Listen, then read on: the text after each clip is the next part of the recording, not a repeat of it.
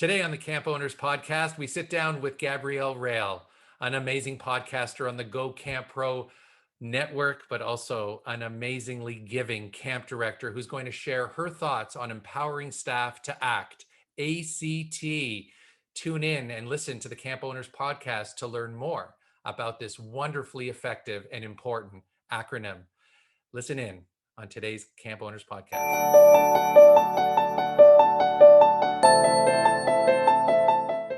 Welcome to the Camp Owners Podcast, a space for camp owners to talk about the unique aspects of camp ownership and get inspired by each other. We're going to sit down with camp industry experts, leaders, and fellow camp owners to hear how the camp dream transpired for them, learn from each other, and discuss some of the biggest issues in the private camp industry. Hi, everybody.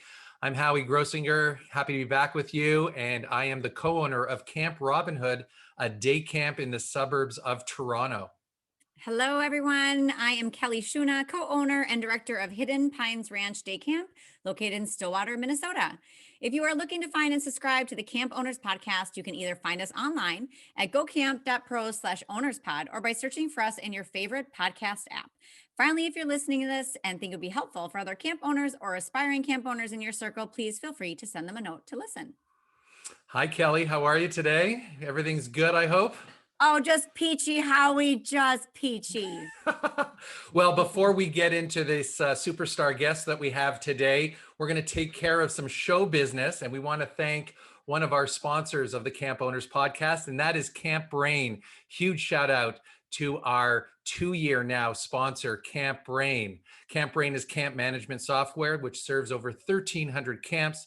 They've been doing this since 1994 with 45 plus dedicated staff to meet your every need. They have an incredibly large support team, which is dedicated to answering emails and phone calls, and all questions and inquiries are replied to within 2 hours. I can vouch for that. They are incredibly responsive. As a big fan of the Camp Brain team. As many of our listeners know, we're a proud user of Camp Brain and so grateful that they've been a sponsor of the Camp Owners Podcast. But seriously, folks, if you're considering upgrading, developing, or turning to a brand new camp management software system, please check out our friends at Camp Brain. You can reach them at campbrain.com or call them at 866-485-8885. Wonderful, Howie. I am so excited about our topic today because as much as our plates are full, brimming like a Thanksgiving feast right now, there are still so many really relevant, important things that we have to also be giving some intentional thought and time to, especially considering as we train our staff for this summer. So I don't know about you, Howie, but I was thinking the other day, one of the worst things for me at the end of the summer is, as a camp owner or director, is to find out that one of your staff members has been upset the whole summer and said nothing about it, or a group of staff have been chatting about something that they're upset about that you had no idea was an issue. It's like the worst because I always feel like, oh, if I would have known, I could have maybe done something about it. So, when this happens, it really creates misunderstandings, missed opportunities for staff improvement, and really potentially a toxic staff culture. So the very, very talented Gabrielle Raill, director of Camp Ouareau and co-host of the CampCode, is our guest today to share her A.C.T, not the test, an A.C.T strategy that empowers staff to act so that they don't talk behind your back, Howie. Absolutely. I often say to my supervisors at camp that, I don't want there to be surprises. I don't want staff to come back to me as a director or owner of camp. So this is a great topic. I'm so excited, and Gabs is such a friend of ours, and we've known her for so many years, and such an all-star podcaster herself, and quite a leader within the camp industry. So we're really happy to have her. Gabs, good morning, because we're recording this in the morning, but hello, nice to see you, and welcome to the show. Thank you. Nice seeing both of you. Amazing. Gabs is one of the sort of rituals of the Camp Owners Podcast sort of process is having each of our guests share with our audience sort of their origin story. How did you get started? What has been your journey in the camp Mhm. world, and it would be easy for us to rhyme off your wonderful CV, but I think it would be great to get the perspective of how you have come to where you are today. And I think our listeners will really enjoy hearing your story. So please, we look forward to you sharing it with us. Well, thanks for asking, and it's fun. I think because as you get older in camp, people don't always ask you, how did you start in camping? And I think primarily for me, not many people ask because I grew up at a summer camp. Our family home is on the camp that I work at right now. My folks own the camp that I work at right now. So it doesn't seem necessarily like an origin story. It's like I was born into it. And in ways I truly was. But even though I grew up at Ouareau, I only started when I was 11. I was a very, very shy kid. My younger brother, Chad, went to camp when he was 8. And I was like, yeah, I'm not ready yet. So even though it was down the road, I was like, yeah, I'm not ready. My father really encouraged me not being ready as well. He was like, yeah, she's not ready. She's staying with me.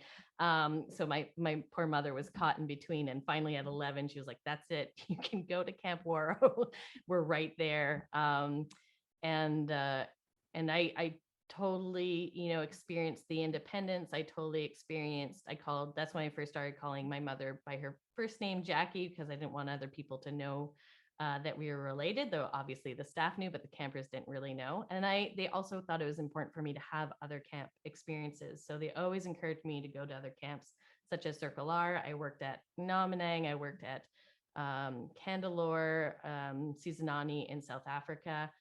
But I also didn't have the experience that I saw some of my friends have, which was the sort of aha camp moment where it's just like, this is the best place in the whole entire world. And I had seen from a young age that it can be the best place, but it can also be a harmful place.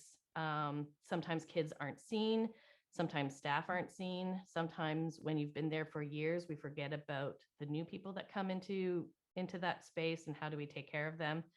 And I saw almost like a dangerous mindset from people that really found camp and really felt like they were seen and heard in this space, that nothing could go wrong at camp. And sort of the language of, well, it's great, we're camp people, or you can trust camp people. And I thought this is just as toxic as saying, I'm a good person, where it's like, well, we all try to be, but we can make some missteps.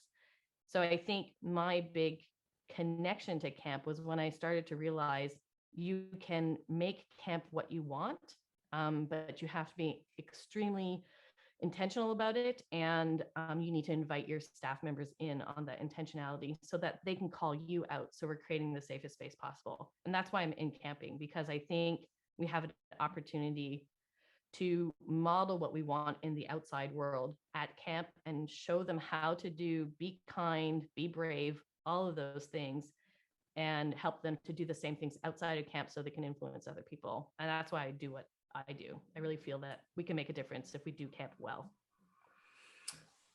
Yeah, and you're doing it, and I've had the pleasure of being able to see you do that over some years now, and whether it be within the OCA or the International Camping Fellowship, or I remember back in the day at the International Camp Congress in Quebec City, and your role in that, and all these great things. It's been really great to see you tackling these issues of culture and staff relationships, and how staff culture really does equal camp culture, which has been a real theme that we've tried to draw across the whole season of the Camp Owners podcast. And Kelly, we once again have done it. This is a crossover episode with another team member from the Go Camp Pro network. So we're getting extra points from the boss, Travis, for sure. We're totally killing it on that one.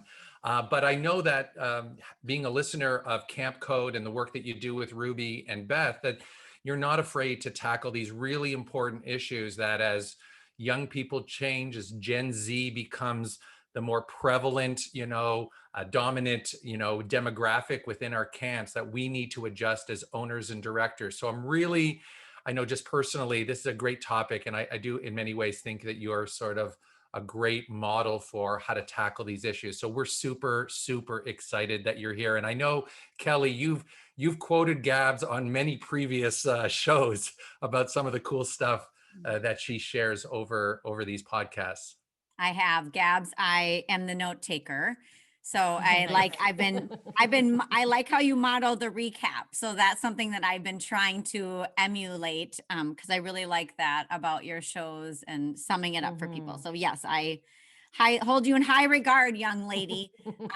So thank you Well, for thank you. modeling those great things. So to jump right into the topic that we want to address and the insight you can provide, I know that empowering staff has been something that you've been sort of a champion of, and I know that some recent workshops you've given have focused on ACT, and we wanted to explore that more and for you to share with our listeners sort of where that first of all, what is ACT and how you feel it sort of, strengthens the culture and community that you're trying to build amongst your staff. I think that would probably be our starting point. Yeah, well, so for like a lot of great camp ideas, it comes out of a difficult situation and, evaluating those difficult situations. So I think it was my first year as an associate or assistant director. And there was when I had not taken over, but had this new responsibility, there was a lot of toxic staff behaviors that were occurring. Those behaviors were always there, but they're so much more heightened because I was in a position of leadership. And I sort of was at that age where I didn't really have my team, my posse of friends around me. So I could really sense it, but I didn't have access to it in the sense of conversation. And it was so uncomfortable and so bad. It really did make me pause. Do I really want to continue to do this? I was thinking of just quitting camp because it was so horrible. And so I approached, as one does, one of your best camp friends to talk about this issue, and she basically said, you have two choices as the boss. You either you leave and you do something else, and that's fine, and you can do that. She's also one of my good friends that, unlike some of my other camp friends, they put camp first and then me. They love me, but they're like, is camp okay? This friend, she's more like, hey, if you quit camp, you and I could go on a trip during the summertime. She's always like that friend. So she really cares about me. So when she says quit camp, she's genuinely is like, maybe that's a good idea. And then the other piece she said, it was like, you need to figure out how to solve this. And yes, it's an issue within your organization, but this is a common issue that we experienced in high school. This is an issue we experienced in university. There is a core cultural issue, and we have to figure that out. And so I spent a week in New York, which is where she lived at the time. And we just really, really talked about particularly our female relationships growing up and which ones worked well and which ones didn't. And so my camp is primarily an all female focused community. And we just talked about things such as, no gossip systems within organizations, and why does that not work? And what are people afraid of, and et cetera, just really a deep dive. And long story short, basically what we came up with is that we need to provide staff members with the permission to speak up, but also the responsibility and to hold people accountable. And when I say that, that's in a very gentle way of asking people to reflect why they had a hard time speaking up, because everybody's experience is quite different. And the reality is that at one point in your life, you tried to speak up either to a group of friends or a teacher, and it didn't turn out very well. And what you learned was, if I don't want to get socially criticized, or if I don't want to get in trouble for my boss, speaking up it's never guaranteed that it's going to go well. And what's the infrastructure that's supporting me coming forward? So therefore, I'm just not going to come forward. So that was the number one. And number two is to understand that holding on to information or being upset about something is just an energy. So anger, frustration, all of these things are happiness, joy. They're just energies, and they have to express themselves somewhere and some way. And we can see that in toddlers very easily. If a toddler sort of falls, they're not like, oh, don't worry, mom, continue what you're doing. I'll keep my tears for later. I know it's not a good time for you. Just a moment. And, oh, is this a good time now? Let it out. It has to, it goes somewhere, even if the child's not hurt, but they were scared.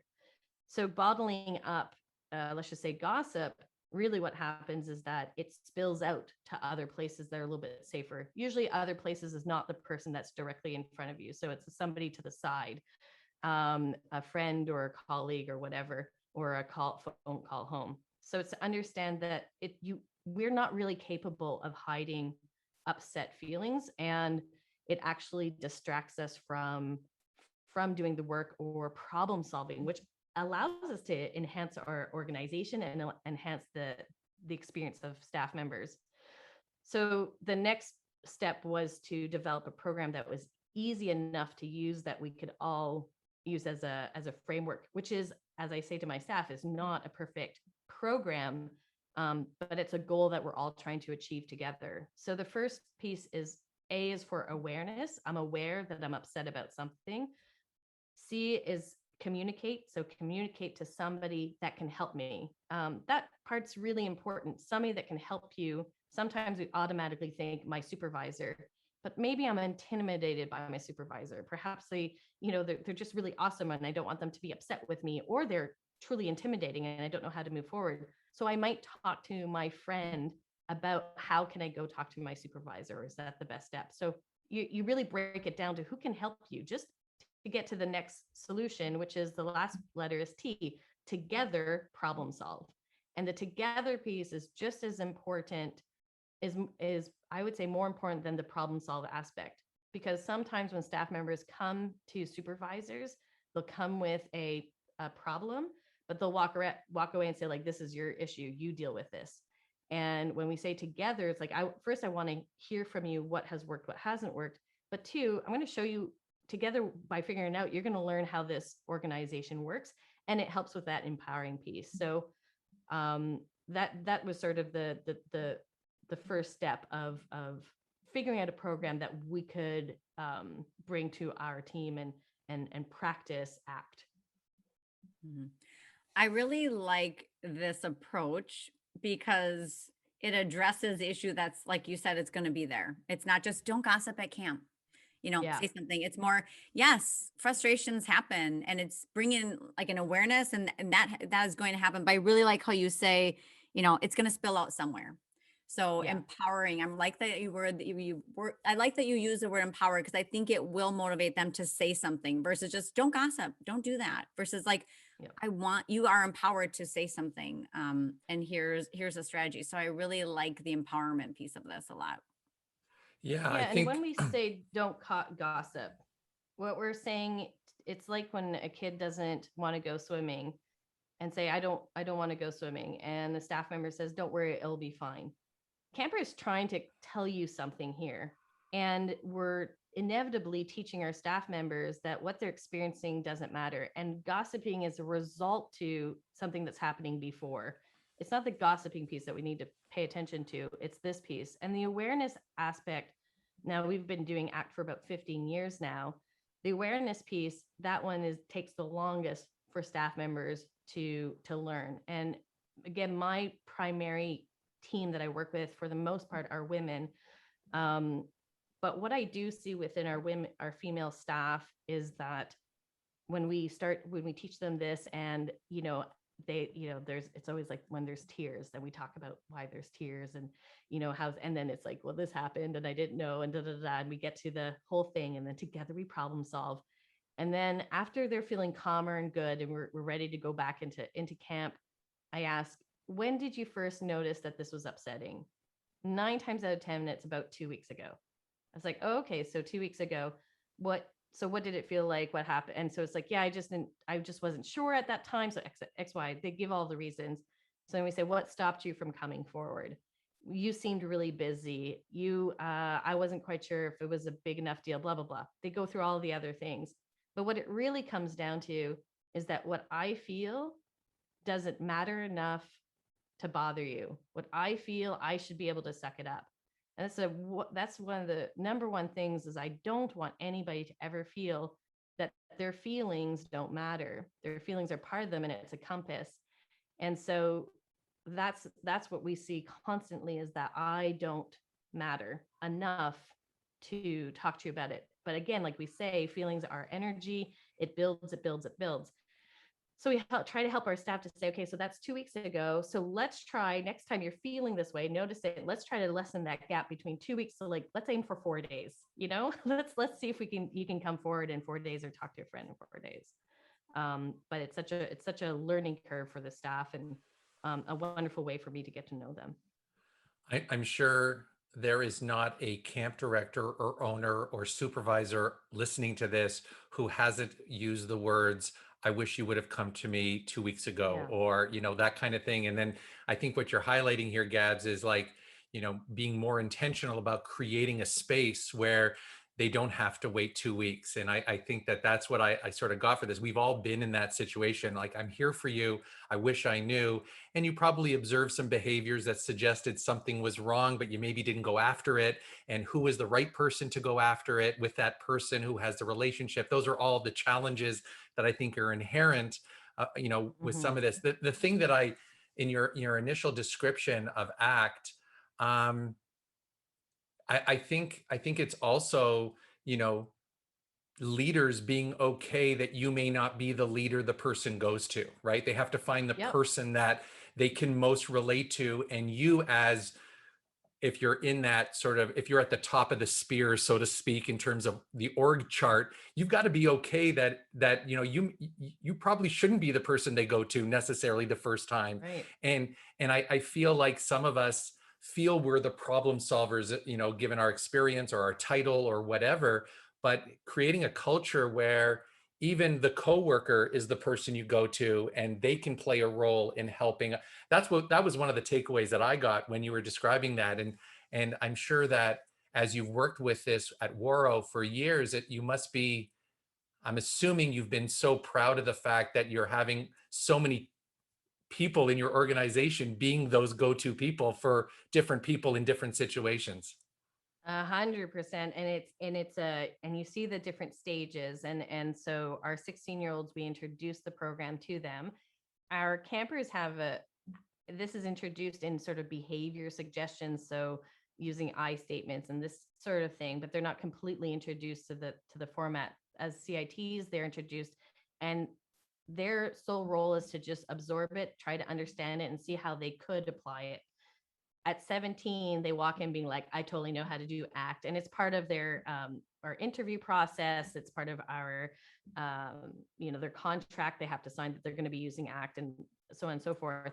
But almost all of them get to the 2-week, 3-week cry, which is very fine, because it's part of the building of trust, because you can say something during staff training and everybody could be like, yes, this is amazing. But once it comes down to you putting yourself at risk, that's scary. So it's an opportunity for my leadership team, for older staff members, for myself to role model, you can trust me, to not be disappointed that it took a long time, but to use it as a tool to go back and say, when did you notice it? What were you thinking? How are you feeling? And then empathizing with them, like, oh my goodness, I'm so sorry that for 2 weeks, you must have been going to bed really nervous. And I'm like, yes. And I thought I might lose my job, or my best friend would be upset with me, or whatever the realities are. I'm so sorry. And then I say, it's okay that it takes time to be aware. And awareness is it's difficult sometimes, but let's try to lessen that gap a little bit, so you don't have to go through that suffering for 2 weeks, and bring it back to their experience, and bring it back to how they're doing. And those 18, 19, 20-year-olds really role model, or they pick up on things. So they'll see a staff member sort of passive aggressively saying like, oh, I can't believe I'm teaching swimming again. So that older staff member knows to say, oh, is it, are you not interested in teaching swimming? It's like, no, I said I didn't want to, and now I'm placed on swimming again. It's like, oh, have you had the chance to talk to the activity head? And if they're like, no, it's fine, I don't mind. So that staff member keeps a little note. Listen, maybe they're just having a bad day. We're just going to leave it like that. But if they say it again, it's the second time, that older staff members knows to say, well, this is the second time. I think it is bothering you. How can I help? Let's figure this out together. And it's almost them bringing them to me. And, that's how I like leading the most, is that I plant all these spies in camp and they don't even know about it. That's my favorite type of leading. So they have a role, and they know how to pick up on those subtle signs and to support those younger staff members. Mhm. I like that. I like the secret spies everywhere, Yes. because that is what it takes, is them having that language to say, have you talked with someone about this? Have you, what have you tried? Things like that. So I Mhm. really like that a lot, Gabs. You intrigue me also as a follow-up conversation of putting it in the interview and actually having a contract that they sign. So it's Oh, not yeah. just a spiel in training, like it is, sounds like it's weaved throughout the Yes. process of onboarding during camp, which means it's important. So I really like that. So we'll have to talk about that Mhm. later. So I'm curious to know, Gabs, how you see this approach to staff empowerment being even more important this summer than it has in the past. Yeah. I think it's so ACT, what it's done for Ouareau, it's made us such a better organization. There's a lot of things that obviously I don't see, and that my staff come forward and say, I'm not quite sure if this is super safe, whether that be physically or emotionally, or I think that we can lessen the wait time in the dining room. If, I'm not quite sure how we could do it, but maybe blah, blah, blah. ACT also stops staff members from coming forward and just giving me solutions and brings me the problem. And then we talk about it together, which I really appreciate. So we can go through the process. So Ouareau has by far really benefited as a business, in the improvements of our program and the service to our campers and our families. This summer, there's so many unknowns, and I believe we need everybody to be able to share what they're observing and evaluating, is this something that we continue doing, or do we shift courses? So this type of information, I think, is really going to help us in a new way of running our camp, if we're running camp either virtually or in person, but however the camp has shifted. So you're at the end of the summer, you're getting the best practice possible, and to invite your staff and understanding that the beginning, it's a huge learning curve for everybody. So these conversations, we're being gentle on each other because we're all learning that.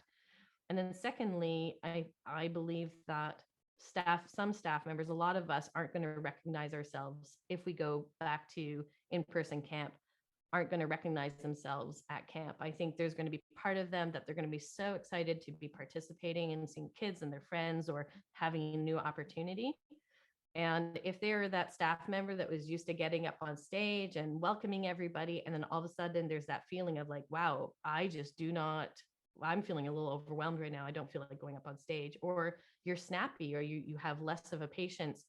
I think getting curious about how we are reacting, getting curious about what staff members need, and look at it from a curiosity standpoint, I think is going to really, really help staff members with anxiety, and being transparent with each other as you're working in teams, saying, I think I might need a moment because I'm feeling a little flooded, and being able to have that language.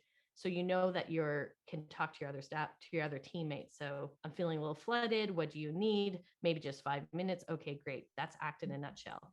But for me as a operational system, I think it's vital. And then I think on a management, self-management, and team management, it's going to be really helpful, I think, to create language around how we're experiencing camp this summer. So you've touched on something that Kelly knows I have to pick up on what you said, Gabs, because it was so wonderful, is that Kelly and I are obsessed with Ted Lasso, the Apple TV Plus TV show. And we've been using it as a basis for staff training, because he largely talks about being curious, not judgmental. And this is a big piece of the stuff that we're trying to incorporate. So leading with curiosity, while many people have, whether it's Brene Brown or Adam Grant or the other people we've cited over the course of the season that have been quite influential to us, somehow this quirky character on a comedy TV show has lit a fire under us around being curious and not leading with judgment, but with curiosity. But I do believe it has a real place, particularly this summer, because we don't have a playbook of how to operate this summer. We've never done this. And for those people who had the opportunity to operate last summer, I would sense that this summer is going to be even very different than trying to do it during the first summer with COVID. So everyone's going to be having, very different experiences. And I think as supervisors, as leaders at camp, we've got to be just really comfortable with, more than ever, just asking questions, and not assuming that because in 2019, using your example of on the stage, that person was your go-to person, maybe taking a step back, and that engagement of conversation and curiosity, I think, shows the kind of empathy and the kind of care that we need to take the time to explore those things so we can get the result we want, because everyone's comfort level about what the experience will hold for them, it's going to be so different, not only for the community but individual people you've seen in a certain light Mhm. in your staff culture. So I'm really, I appreciate you talking about that, Kelly. I know that that's a big piece for you as well. Yeah, the curiosity. When we did staff training last week, we had talked about, led with Ted Lasso, and we talked about curiosity with each other, curiosity with campers, and curiosity with yourself. So you touched on that, Gabs, of getting curious about your own feelings, because I think the curiosity will lead to empathy for others, for Mhm. other staff members and campers, and for ourselves, to say, is this really about that activity or that sandwich, or is it about something else? And I had talked with some staff members last night after our second training, and that makes me think about, uh, you know, restrictions for in the US are different right now than Canada, but we had said, okay, well, can we do flag at flag? Like, okay, well, what if we Mhm. wear masks? Because there's no differences right now on numbers. And I was all like, okay, well, can we make this happen? And these two staff members had said, I was like, what do you think? Like, what do you think about that? This is their fourth and fifth summers. And they said, I thought they'd be like, yes, because we know how that feels down there. Like, yes, I love flag at flag, like whatever it takes. And they were more of like, oh, I don't know how I'm gonna feel. Like, we haven't been with these big groups of people. So if we all just automatically start down there, I don't know how that makes me feel. And it was so interesting for me. And that curiosity of like, I didn't anticipate that. I thought they would be all Mhm. in because they remember how that felt, but they were more like, I don't know. I think we need to ease. Like, let's start off really conservative and ease in. And it was reaffirming. It was interesting. It was just all these things for me that, you don't know until you ask. And that curiosity is so powerful in so many ways. And how wonderful is that? Because there's in these conversations, you get all of these wonderful markers. And I like to look at, for me, when I'm looking at camp, I feel like I have one spotlight in whatever direction I'm looking. And I don't have the whole picture. I don't know how other people are experiencing things or seeing things. It's only my perception. And they got to flash their flashlight, not only on their experiences and how they're experiencing things, but the potential of what other people might be experiencing. And that's such a gift. Even if nobody else is experiencing what these two are experiencing, at least as the director, you have an understanding where they're coming from. You're able to gauge your interaction with them because you're now that anxiety, and you're able to adjust your tone and your language to help them feel seen and heard, and that builds trust and that builds confidence moving forward. And it's very easy in our camp environments to get caught up with the excitement, and to have people who feel like, I'm not with that excitement right now, can I ask a question? And to create a space for people to do that and not be seen as the party poopers or the fun Mhm. vampires and all that stuff. Like, especially just, given what we're, everyone's sensibilities around COVID precautions, while we're going to do what we need to do, it's such a continuum of where people are actually at. So giving them space and allowing our supervisors to have a place for them to sort of explore how they're feeling about the prospect of that, or how they're dealing with in that moment. And it sounds, of course, at Ouareau that it's expected that it's our culture to be able to step up and talk to that go-to person you have, that person to say, I'm not feeling so good about this. Like, should I be feeling this way? And if I do, like, what can we do about it? And I just think that, the reason we wanted to get into this summer is because there's such a place for just creating a space for that kind of openness. And while Ouareau has so much experience at it, I would imagine, Gabs, that camps can feel comfortable starting with this messaging and starting to create this whole environment themselves. And I think that speaks to sort of the next question we have is, what are your tips around bringing this into your supervisory training? How do you facilitate Mhm. your supervisors, asking the good questions, or, being facilitators of these things? So just, maybe some just words of wisdom of sort of your journey with this in terms of getting your staff, super leaders, to be on board with it. Yeah, I mean, I think for me, when I introduced ACT, after I met up with Zoe and after I worked on it with Jackie, and did the work that I felt was needed to shift our culture, we introduced, for the first time, interviewing our staff members that are returning staff members, which we never did before. And that was a big shock to all of them. So there was a defense that already went up, and then I presented this idea in the interview system, and basically what happened was we lost 75% of our staff members walking into that summer, and I felt like I was such a disappointment to my family that we lost 75 staff members. We have a fairly high returning rate. I felt like I let down some of those people that felt like this wasn't for them. They did not want to be part of this type of program. And looking back at it, I think I would have done things a little bit differently. I think I would have approached people that I thought believed that we could do this, that had a little sense of hope, and talked about what would have been some of the issues and how should we approach the rest of the staff. I would have been a little bit more gentle about it. The positive side of it was that it was kind of a rise of the Phoenix type situation. Those staff members that did come back truly believed in intentionality, truly believed that how we were as staff members and how we experienced our summer camp experience does affect our kids. A large group of them did not believe that affected kids, which goes back to they don't really believe that their experience matters. Their feelings don't matter. So it's sort of that cycle.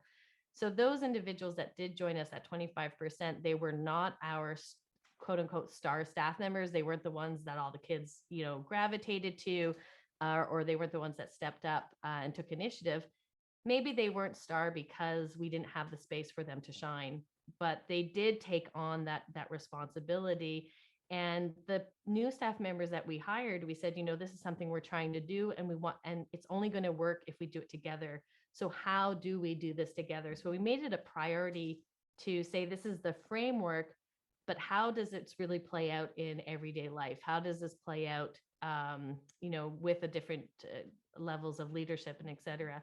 So I would start with a small group of people and maybe share this podcast with them and said, I'm interested in us developing this type of program. And maybe it's something that you're only doing with actually a small group of people, or maybe it's something that you decide as that team to bring it to everybody. And I think there's a couple of other things you can do too to help staff members. I always give my staff members about 48 hours, 72 hours into staff training, cue cards, and they answer 2 questions. What am I proud of that I've done so far since I've been at camp? And what's something I am questioning or concerned about? It's just these 2 questions. And I tell them who's going to read it, and they have to put their name on it. And I get to go through these questions. And so in that question concern portion, I can already bring up, when did you notice this? How come you didn't come forward? And we can already have that conversation. And the pride piece is just as important, because awareness, sometimes some of the issues is because staff members don't notice when they're doing things well. They don't notice that the hard work that they're doing, and getting them to practice and vocalize, I did this well. That's something that you can come in a positive way and talk to your staff members about, but it's also an awareness exercise for them. And so I do that within the first 72 hours, and then I do it again a couple of times throughout the summer. And that's just creating communication that's a little bit less intimidating. And I would imagine that the time spent with a small group of people to, let's call it, onboarding them to this approach, you develop such an investment as well by these people that they can sort of model and carry it through too, that they feel a real sense of pride in being able to carry this out too. So, I imagine whether you have a small staff or large staff, being strategic about the sort of the introduction of this, is sort of this gradual approach. You recognize that, okay, I've got a group of people who just weren't with me on this, but I'm going to make it work for the people that are. And then, you see the results. So I find that story really, really interesting. But I think it also speaks to the fact that, you know, we are as camp leaders risk takers too. I mean, look at this risk you took to take this thing you've given so much thought to and developing, and the support you get to go run with it and just deal with the consequences is a large part of what we try to do all the time with our staff, with program ideas and program development. And yes, we're a collection of 3 experienced camp directors, and sometimes it's the hardest thing to sit back and let them sort of do all that. But it's but that process is typically super beneficial. So I really, really like that stuff. And in terms of language, Gabs, I mean, could you speak to some of the language that you encourage your staff to do when they're engaging staff on this stuff? Like, is it role playing? Is it, is it the kind of stuff where you sort of give them conversation starters? How has that developed over the years in terms of the language of Ouareau, if there's such a thing? Mm-hmm. I think we all start with awareness. So in the awareness piece, we do an exercise of, what do I look like, sound like, feel like on a good day, bad day, great day? And how do people from the outside know if I'm having a good day, a bad day, or a great day? And what are those differences? And start with that. And then they build their own skill set of what do you need to come forward. So for teammates to understand that for Kelly to come forward, it's really important that she's asked regularly how things are going. But then vice versa, what does Kelly need to do to create a scenario where she can come forward? And what are certain scenarios that are going to stop her? So it's a lot of individual work, and then being vocal with closer teammates, and then a larger share. I think the other thing is that sometimes staff members, when they hear this, and I think probably camp professionals or directors that are listening to this, is I don't want to have 70 staff members or however large your camp is coming to me with all of the issues that are going on at camp. And that's very, very terrifying. That is a very good worry to have.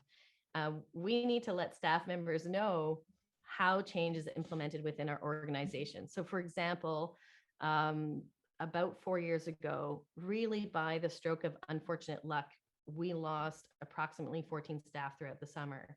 And the majority of those staff members I was outside of camp situations that occurred, and they had to go home.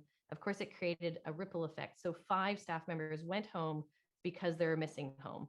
And so when we were planning staff training for the next year, our leadership team was like, we need to put way more energy into having fun, and we have to. And it was just this huge, like, how do we not lose staff? Because of course that's terrifying when you're a staff of 60, you lose about 15 staff members. That's a little overwhelming.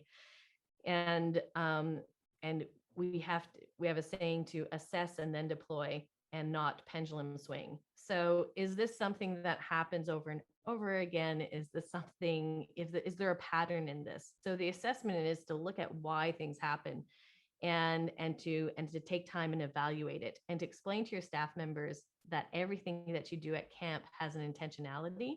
And if it doesn't, then we do need to take time and look at it. But what's the ripple effect? So some of the changes might not happen this summer.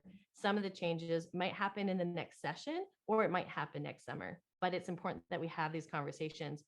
Most of the time, I find it's not about the large parts of camp.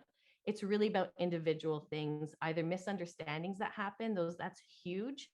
And then just a lack of confidence in themselves, or a lack of communication from the leadership portion on how to and expectations and training the staff members.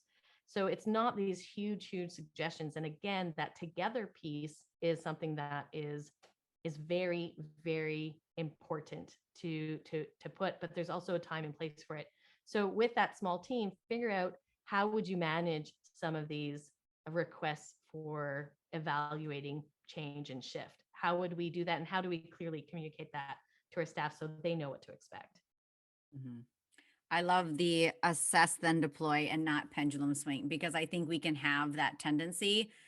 Oh, okay, this isn't working. All right, we're not going to do it like that anymore. Now that person's happy. Well, okay, then what happened? So I really like that, and communicating that with staff, Gabs, to say, we're going to hear you.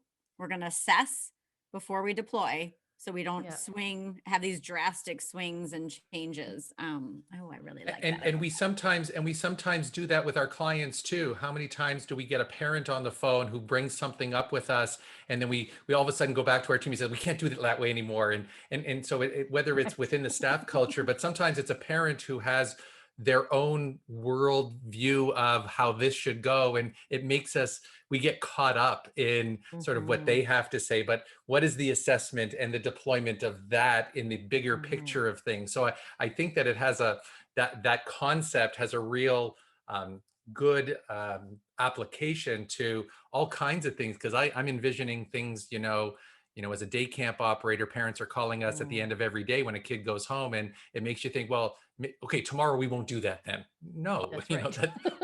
no, we're going to do that, and let's talk about why we do it. And I'm sorry it didn't fit your definition of how it should go well. Mhm. So yeah, I think that's a really good point. I'm glad you brought that up, Kelly. Yeah, me too. Well, Is this? Oh, go ahead, we Gabs. mirror each other, right? Like our energies, we mirror each other, and a lot of camp directors have a high sense of, are influenced emotionally, and there's a lot of care in camp professionals, but that can be really flipped and turned on us when somebody's really upset. You don't want them to be upset, and we go into our own fight, flight, freeze scenario, and 100%. sometimes we go into the fight very quickly, like, how dare that child be upset, let's make the whole camp change.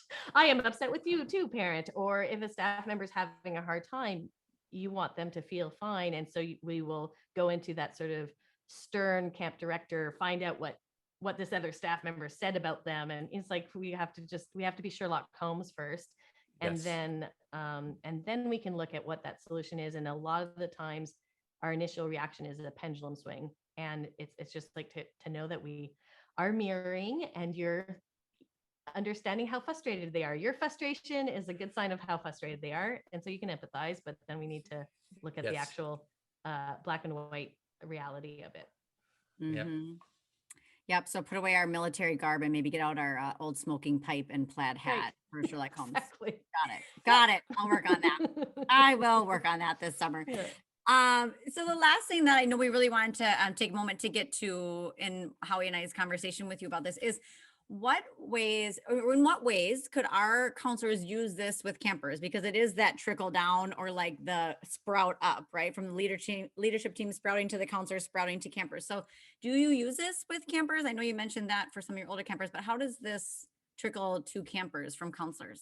So our campers, what we try to teach our campers is a couple of things. So I statements is the number one thing that we teach all of our campers, and it's an expectation. And that's the beginning of our campers understanding that what they have to say, we're going to take seriously. So a lot of times when campers say, and I'm exaggerating this a bit, but if we were, a bunch of campers together and we're like, we really feel that like Howie is really loud in the morning, and we all think that if he was just quieter, whatever, that sort of situation, which I hear on occasion from my campers, and I love it secretly. That sometimes translates that we need a group of people to come forward. We need a consensus, and because there's a consensus, then we're right, and how he needs to change how loud he is in the morning, whatever.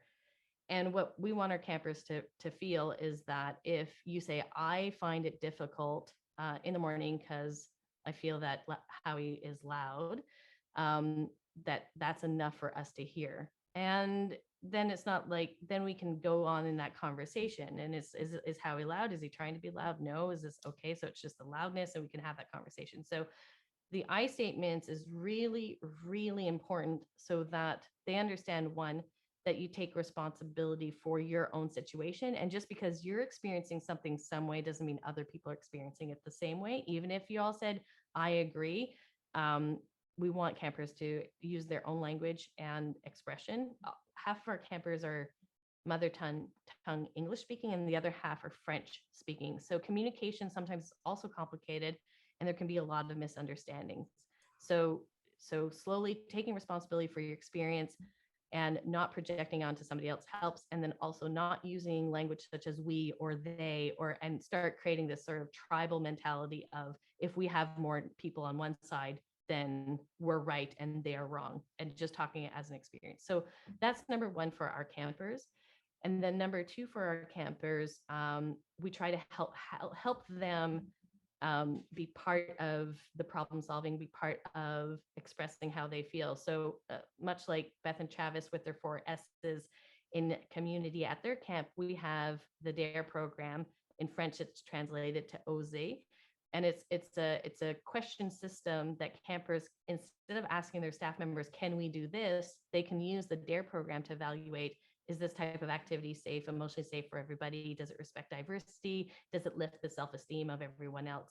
So that helps campers understand that what is expected of them when it comes to being a community member at Ouareau. And of course, we're guiding them throughout this process, but ACT is sort of the second stage of it. But all of this prep work as campers really, really helps for them to become those staff members that can take the next step of implementing change at Ouareau. Well, anywhere camp continues to be the best place to get out of that tribal mentality, since that tribal mentality seems to be all around us these days. It's a really great modeling that we can all do at camp, to have, you know, our campers and our staff own their feelings and be able to communicate in an effective way to help, you know, so we can help them get to a better place. So I think that that's great. And I think that, you know, Ouareau has, you know, worked so hard on creating that environment. And it sounds like for those of us who want to take aspects of this and incorporate it, you know, Gabs has really provided us with some really good starting points for this. And in a moment, we will be, you know, sharing some contact information if there's anything. And, you know, I know how giving Gabs is, and we try to be on the show that there's so much learning that really comes out of this. So this has been amazing, this conversation, and, you know, taking a deeper dive into ACT and the elements of it and how you get to this place has been really, really beneficial. But it's Kelly, it's now time to do some more business, you know, that keep the lights on in this very, very well-oiled machine called the Camp Owners Podcast. And that is to thank our second sponsor of the show, and that is Camptivities. Camptivities is, you know, this really user-friendly camp scheduling system. And all you really have to do, and we've all been there, looking at our spreadsheets where we say, geez, you know, I need a camp scheduling system. And I guarantee the first search result will be Camptivities. Camptivities and their team have provided all of us in the industry with amazing ways to overcome the challenges of batch scheduling. How do you put this in for all the cabins in our daily schedule or weekly schedule? How do we make manual adjustments? Because this cabin needs to do this on this day and other cabins have to do other things. And of course, the liquid sunshine scheduling, rainy day scheduling.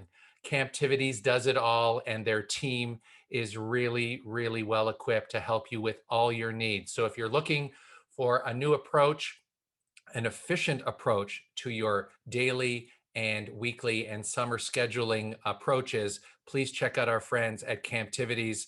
Again, I'm a proud user of Camptivities. They've been great, and their team is always available for the help. So if you want to check out the next big thing in camp, visit camptivities.com to set up a time to chat and let them help you get away from your desk and back out at camp, because we all know this is the summer. We all want to be in the action, supporting all of our campers and staff as they return to um, our camp settings. So thank you to Camptivities.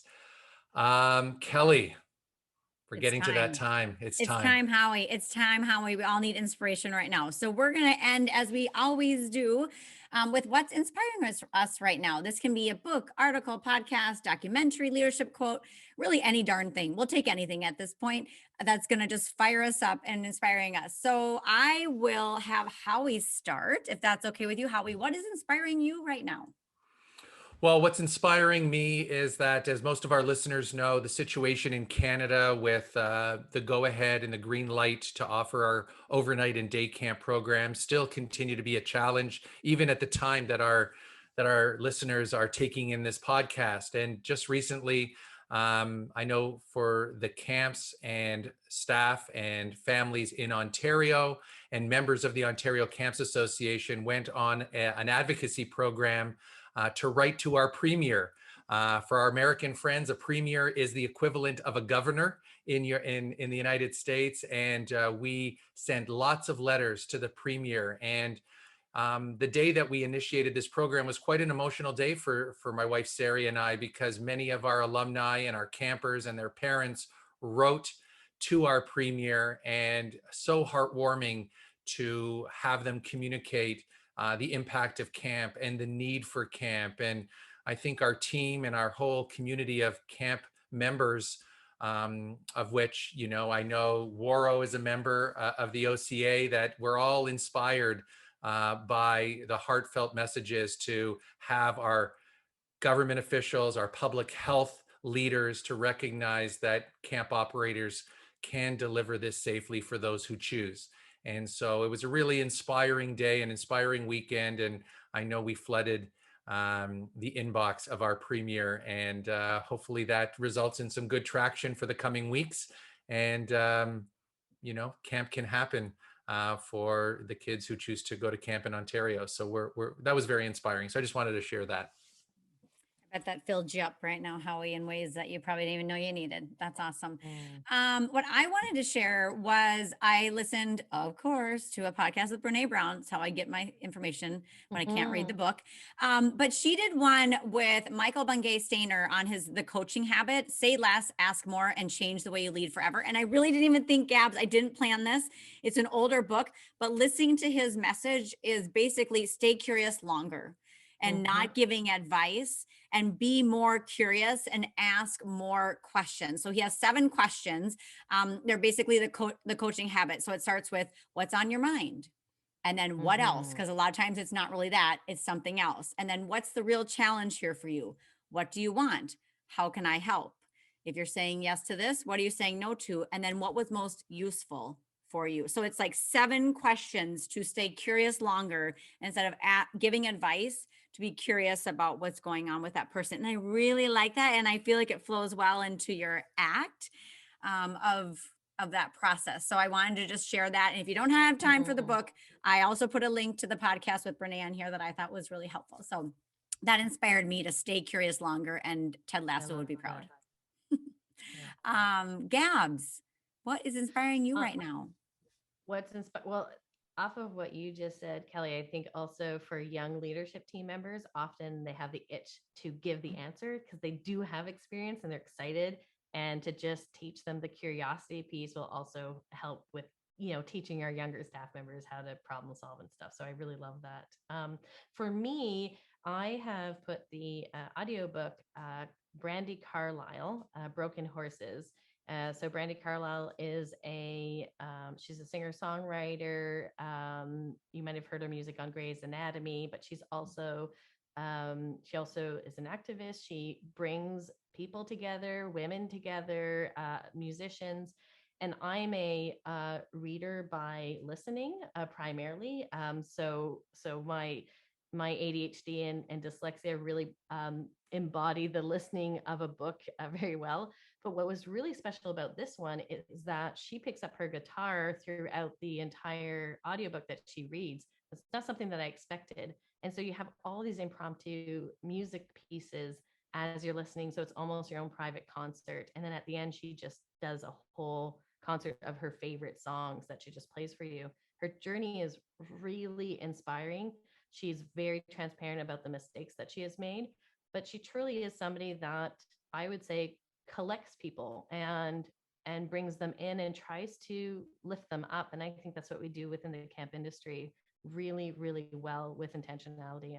And so if you're looking to hear some great music and somebody that embodies, I think what we try to do at camp, Broken Horses is a wonderful book that you can find on Audible. Amazing. Thank you, Gabs. Yes, and my drives to camp, Audible helps the ride a lot. So we've got quite a collection. I'm going to have to check that out for sure. If people want to get a hold of you, Gabs, connect with you, learn more about Ouareau, the things you're doing, what's the best way to connect? So you can follow me on Instagram at Gabrielle Raill. Raill takes 2 L's, and you can contact me at info@ouareau.com. And Ouareau is spelled OUAREAU.com. All right. Thank you for that. And Kelly? Best is email Kelly with a Y at hiddenpinesranch.com. Great. And if you want to get connect with me, you can find me on Instagram at Howie Grossinger, and you can reach me at howie@camprobinhood.ca. Please don't forget that you can find all of our show notes at gocamp.pro/ownerspod, as well as amazing other Go Camp Pro podcasts on the Go Camp Pro network on the website. Please check them out. So many great resources. You get to get more of Gabs and all the wonderful things that she has to offer. Kelly, this has been amazing. Gabs, so great of you to make time. I know it's a busy time, so we're really grateful for this conversation. And we really hope you enjoyed this podcast. And please continue to listen and support the Camp Owners Podcast. And if you have any ideas, send us a note. We'd love to incorporate your ideas into future shows. So thank you, everybody. Have a wonderful day. And we look forward to having you join us on the next Camp Owners Podcast.